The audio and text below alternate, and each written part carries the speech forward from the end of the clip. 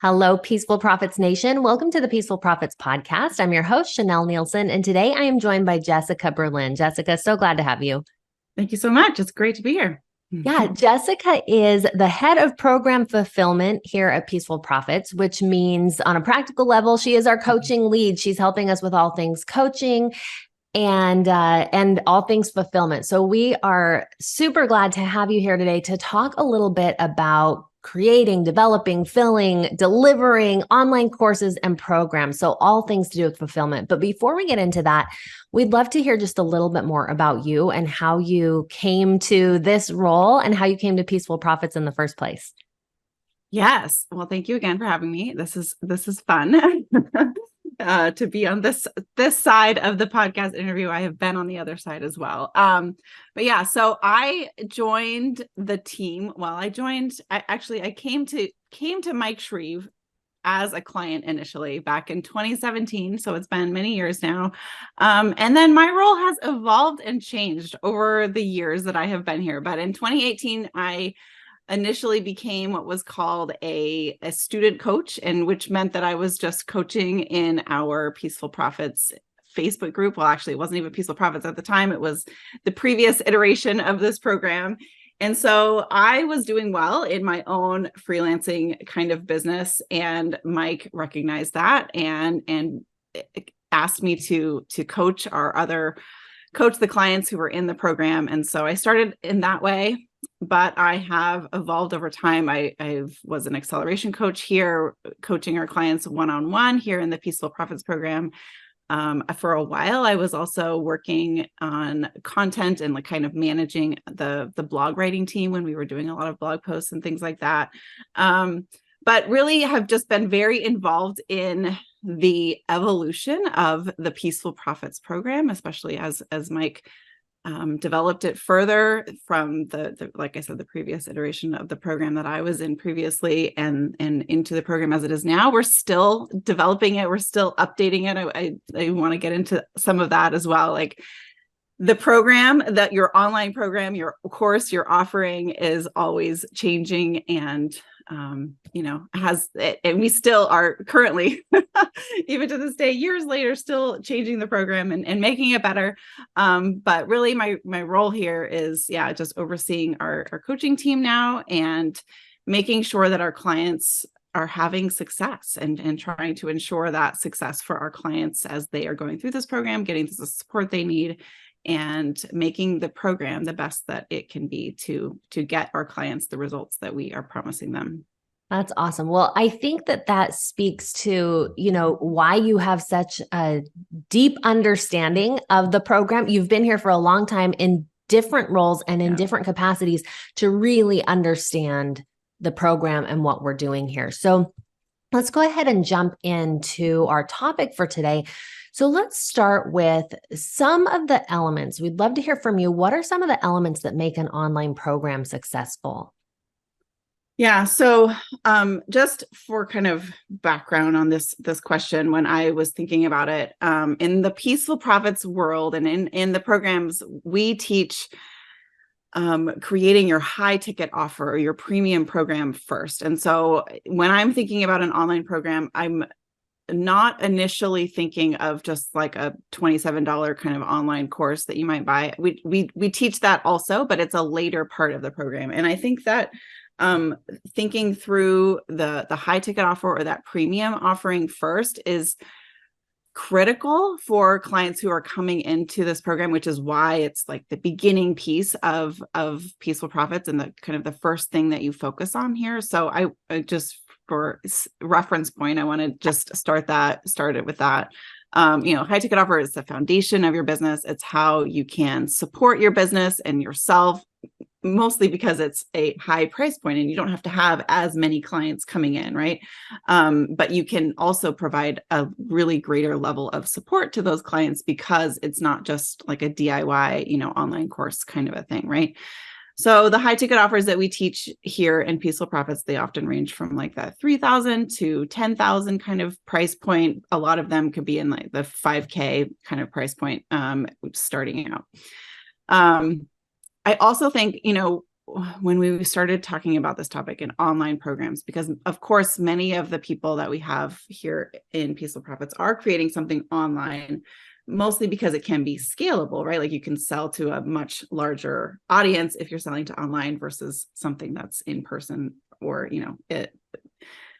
a storefront kind of a thing, right? Like you can obviously reach a larger audience, but I think when people think about online programs, they get stuck in this, the tech and like, what is the software that I want to be doing, or those kinds of things. So I just want to say that I don't think any of those things are important. None of those, Yeah. those are the things that are not important, I think, in my opinion. And in what I've seen here in our clients as well, like the particular software or platform, or how you're recording, or whether you're using Zoom or Loom, or whether some other fancy, something to record your videos, if you're on camera, if you're not on camera, if it's just written, if it's just like a podcast kind of audio recording, like there's so many different things, and like don't focus there is mostly what I want to say. First of all, I believe that the most important elements to make a program successful, and I also think that what Mike teaches in our program, is there's two things. Number one is who your offer is for, your audience, and getting super clear on that and who it is you're trying to help. And then the transformation that you are creating for them. So those are the two things that we spend a lot of time in, again, in the beginning of in the Peaceful Profits program, in helping our clients, work through that. Who are you helping, and how are you helping them, and making sure that it's a transformation. It's not just information that you're providing to them, like you might be doing in more of a DIY, lower cost, lower ticket kind of online course, but in a high ticket offering like what we teach here in Peaceful Profits, we want to really think about that audience, and then that transformation that you're creating for your client. Yeah. Okay. I think that's awesome. And I think that I would love to hear an example of what that looks like, specifically who your offer is for. I think that's a place where people get hung up because they want to serve everyone, And so talk to me a little bit about this idea of how deciding and knowing who your offer is for. Give us the bridge or the link to how that then makes your program successful. Yeah. Well, okay. So I think number one, you have to go out and research online, or, if you have any kind of experience with this, many of our clients have some kind of experience. They maybe have had, done something in this field or this realm, whatever it is that they want to help people with in the past. Or maybe you've done it yourself. Like you've had some transformation in your own life. So many clients are coming in because they have gone through the weight loss piece themselves, or they've gone through the parenting, kind of transformation themselves, or whatever, right? Like they've experienced it themselves, and then they have helped other clients, or helped other people, not even necessarily clients, but just helped other people in those ways as well, right? So getting clear on who your audience is such I don't know, it's so important. And I think getting super into the mind of that person, and Mike has the state A to state B exercise that's in the beginning of the program, and he calls it a game, and if you can really be empathetic to the person that you are helping, especially in that state A, that before state, like what are they like before you have helped them, before they've gone through the transformation, is going to so much more clearly, well, number one, attract the right kind of people into your world, because they will see themselves, they will hear their words in like your marketing copy and the way that you're talking to them. But also you will be able to help them because you are helping that specific kind of person, and you have created a plan for how to help that person. So going through that state A to state B transformation. And so working through that and getting really into the mind of your client. I also like to recommend that clients if you have done this kind of work at all before, that you think about the clients who you have absolutely loved working with in the past. Who have you loved, who has written you love letters. I mean, I've had clients in the past who have like written me emails and they're just like, oh my gosh, this is the most amazing, fabulous thing that I have ever experienced in my whole life.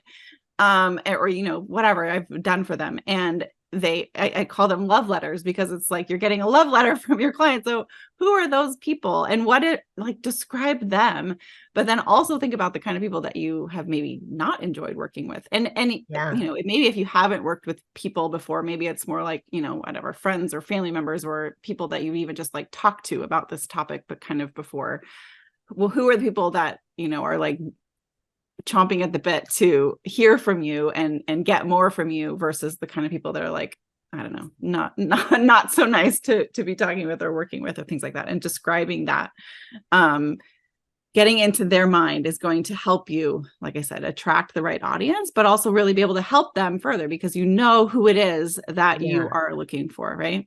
Yeah. Okay. That's some good insight. So once you've figured out then who that person is, the transformation you want to help them with, how do you go from that idea to an actual program? Mm-hmm.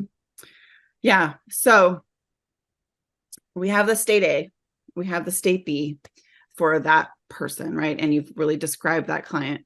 And then there's an arch in this diagram that Mike has in our state A to state B. The transformation pathway is what he calls it. And so that arch is really, that is your program, right? But what you have to do with your program is you have to figure out the steps along the way, that along that arch or along that pathway, that are going to create that transformation for that client. So again, if you've done it yourself, if you've done it with people in the past, if this is the very first time that you're ever doing it, then maybe you kind of have to brainstorm and think about it, or you have to kind of go through the process yourself, or, get somebody to kind of test it out with you along the way. Right.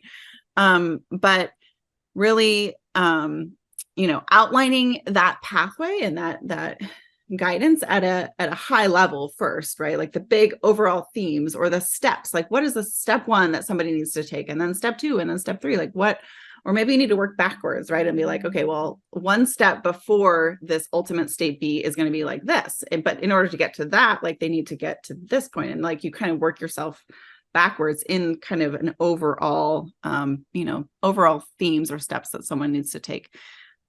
And then, so like maybe those are like your modules, right? Like each of those like 4 or 5 steps, whatever, those are your modules for your program. And then break those down even further, like what do they have to get to that? And that becomes your lessons for your program, So, you also have to think about the best way for someone to get to each of those steps, like not just to learn it, but to actually implement it, especially if you're thinking like in a high ticket program. So I don't know, is it a video, or is it like a worksheet or something that they have to work through and journal and brainstorm themselves? Or is it a audio recording or a journal exercise or something like that, right? Like thinking through, it doesn't necessarily have to be a video course, or, like there's lots of different things. Like what is the best way for someone in your experience as the expert in this field to learn that and to do that and to implement that? So breaking that down, outlining it like that. But then ultimately it becomes a program when you start taking it out to the market and you test it out with real live people, like, right? Like, even if it's rough, even if it's beta, even if it's just like a couple of videos or something like that in a worksheet for now, like taking it out and letting people look at it and see it and give you feedback along the way, right? And then adjusting and being open to feedback and knowing that it's always a work in progress. Yeah. And that's so comforting, I think, to know, because people think, to your point earlier, of like, oh, I must have the perfect tech. And they think I need the perfect tech and the perfect videos and the perfect everything. And I love what you just said, that it's a work in progress, that you're going to put it out there. You're going to see, oh, where are my clients still needing more help? And then you're going to add to the program. And I think that's one of the things that makes Peaceful Profits so powerful, is it's not a static program. It's not like, okay, hope you got what you needed from that. It's like, oh, if we see that clients are struggling in an area, then something is added to the program or something is simplified. It's a continually growing program, and that's so amazing. I think that that's something that people can really model, to know that, don't just build it and walk away from it, continue to grow it. Yeah, absolutely. I'm like literally in the process of recording videos in the last couple of days that are going to be added into the Peaceful Profits program. And we have other experts as well. I mean, Mike has really wanted us, as we've been growing as a company and having more and more experts and other people on the team. It's not just from Mike, and he's not the only expert in this, in this company anymore. And he really wants and is empowering the rest of the team to figure out what are the things that clients need. And I mean, we added an entire Facebook organic section into stage 2, into our validation method last, I guess it was about a year ago, because not from Mike, and it was, from our outside expert, because we needed another way for clients to validate their offer. And we wanted to teach the Facebook organic method instead. And there's more like that coming too. Yeah. There's lots in the works. So yeah, it's definitely always a work in progress, and should be, I don't know.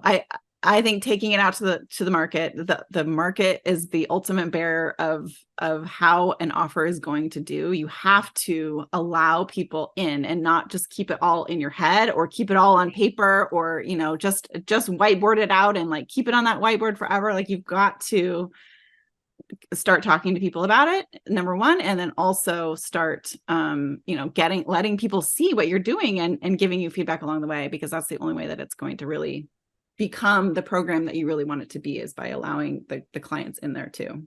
Yeah. Okay. So good. Now, I know that everyone wants to have a really, a program, to your earlier point, that they get love letters about. Yeah. They want that kind of program, not a program that's just like, meh, just okay. So what would you say is the difference between the two, between a stellar love letter worthy program and a program that's just okay?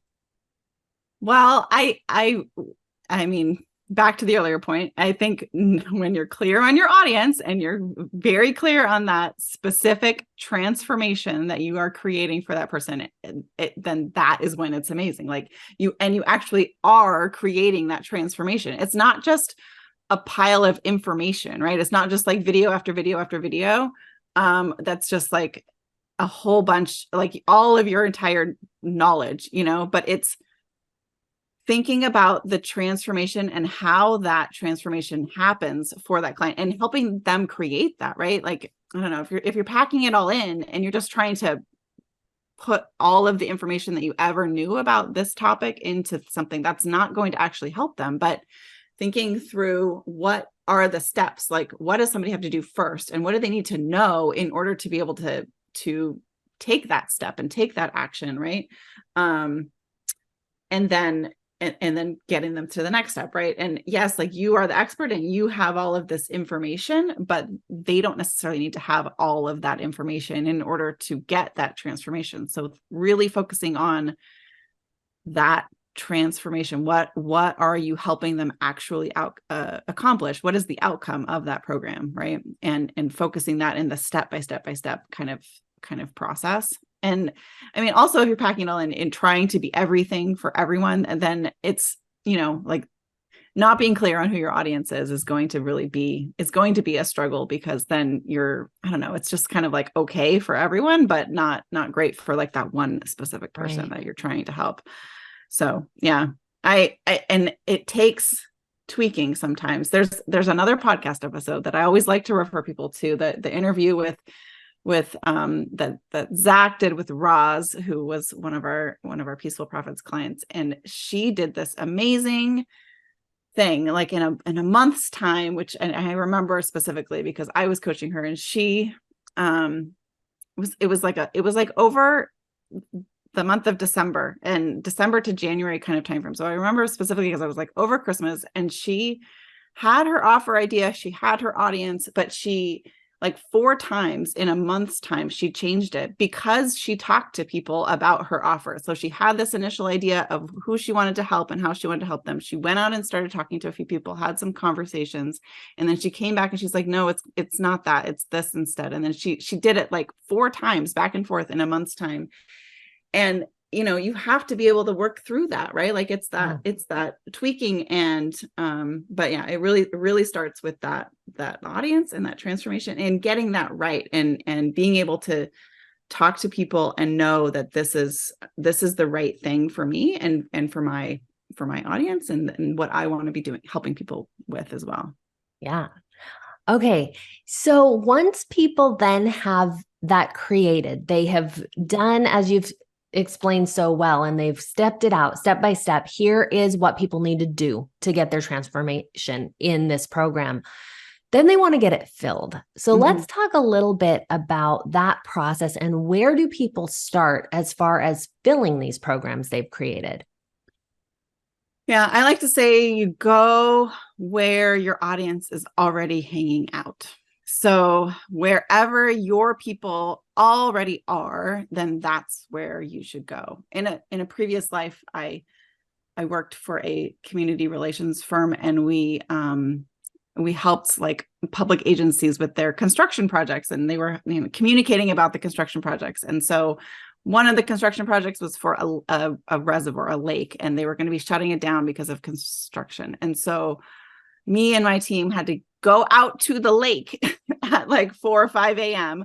on a Saturday in order to be able to go talk to the audience that we needed to talk to, or the boaters, to tell them that this lake was going to be shut down, and because it was going to be for quite some time while they were doing this project. So go to where your audience is, even if it means going and hanging out at the lake at 4 a.m. on a Saturday. So, I mean, of course, in this world, often that's online, right? So if you have a professional audience, then maybe it's LinkedIn. If you're looking for moms or something like that, maybe there's some, mom Facebook groups. So, we of course have those kinds of resources for finding your people in the Peaceful Profits course. But then also, thinking about who you've worked with before. If you have been doing this research and having conversations with people who are in your audience, maybe it's going back to those people and talking to them again and being like, okay, well, I've now, thank you so much for your feedback. And now I've got this offer. I want to help you. Is this something that you might be interested in? Even at a beta kind of price, right? Or maybe there's people that you've worked with in the past, or people in your network that either maybe they are interested, but maybe they know someone else who might be interested, right? So that it's that in the beginning, right? It's that kind of let's just go where the people already are, or like who's already influencing your audience, like what other podcasts are out there, There's another podcast episode that you did not too long ago with Brenda, and she was talking about how she was going and helping people in Facebook groups, and then she got noticed by the leaders of those Facebook groups, who were doctors who have a podcast, and they were very interested in her offer, and so they took her on as a and she ended up being on their podcast, and she's gotten a whole bunch of clients that way through that. So it's like you never quite know exactly where they're going to come from, but if you go and help the people that you are looking for, and you go to where they are already hanging out, that's the main place I think that you start. I think that's really important to just put yourself in the right environment to be there and be, of help, like you mentioned with Brenda, so that you are, you're providing value, and then things will come of that. And that's why, it's called organic for a reason. It happens very organically, sometimes not always in the way that you expect, but if you're in the right place, having those conversations, then things will begin to happen. So finally, we come to fulfillment. And after someone has, they've planned, they've put this together, they're ready to start. Now it's time to deliver. So what can you teach us about successful delivery of an online program? Yeah. So again, I'm not going to talk about the tech, because there's so many things there's so many different ways that you could deliver your program. And in the beginning, I think you should keep it super simple. Make it, even if it's just like unlisted YouTube videos that are in a Google Doc that's how you give your program to your first, couple of customers. Like, keep it simple. It doesn't have to be fancy graphics in, an online course platform or anything like that. There's so many different platforms out there. It really depends on what you need, what your budget is, what your, tech savviness is. Like, there's so many ways that, so many different options you could do. But as far as actually, delivering something like this, then number one, have a really clear onboarding process. Like, think through that before you even start selling it. That transition from sales to fulfillment is a really important piece, and that onboarding process is really important. So, what is your welcome email going to say, or how are you going to give them access to whatever part of the program you have already created? How do they access coaching if there's coaching involved, or, making sure that that's super clear and outlined from the beginning, but even before you even start selling it. Don't overwhelm them with too much all at once, like giving small steps along the way, thinking about how your audience wants to consume information. So like, I give the example of like busy moms, like maybe they don't want, hour-long videos that they have to sit and watch in front of their computer, because they're never going to be able to do that, right? Like, maybe we have someone who's doing a parenting offer and they're doing more like just like audio. It's almost like a podcast. They're calling it like a private podcast, and so they're just like a mom could listen to it, in the whatever school pickup line, right? Like, listening to it like that, as opposed to long videos or whatever. Not just information, but implementation too, thinking through that as well. It's not just information, but you are helping them implement it, or building in some kind of accountability along the way. There's so many things, but I have 3 more. Thinking through the roadblocks that a client is going to hit along the way, building in methods in your program to help them overcome those, as part of your program, because there will be times when, people are going to struggle with things, and trying to think through those along the way, or at least, be able to help them overcome that along the way. Having a way to celebrate wins along the way, and helping your clients acknowledge and celebrate those wins too. And then also just being open to feedback and adjustment along the way, and building in ways for your clients to tell you what else they need from you, so that you are able to adjust those along the way. So, and we could dig into all of those. Maybe we will in another episode later, but that's my list. Those are so good. That's exactly what I was going to say. I now have an outline for our next podcast episode, because I think there are so many things that we could talk about here that will really help people to fulfill in a way that provides the highest value for their clients. So I think that was a great way to end, a great overview of what people can do as far as fulfilling. And we'll be chatting again for sure. We'll need to go a little deeper, because I think there's a lot there to unpack. So Jessica, I think this has been great. You've taught us a lot of things. I know this is something that is on a lot of people's minds. So thank you for sharing your wisdom and for being here today. You're welcome. Thanks so much. Yeah. And everyone who is listening, thanks for listening. And you can learn more and talk to our team by going to peacefulprofits.com/call.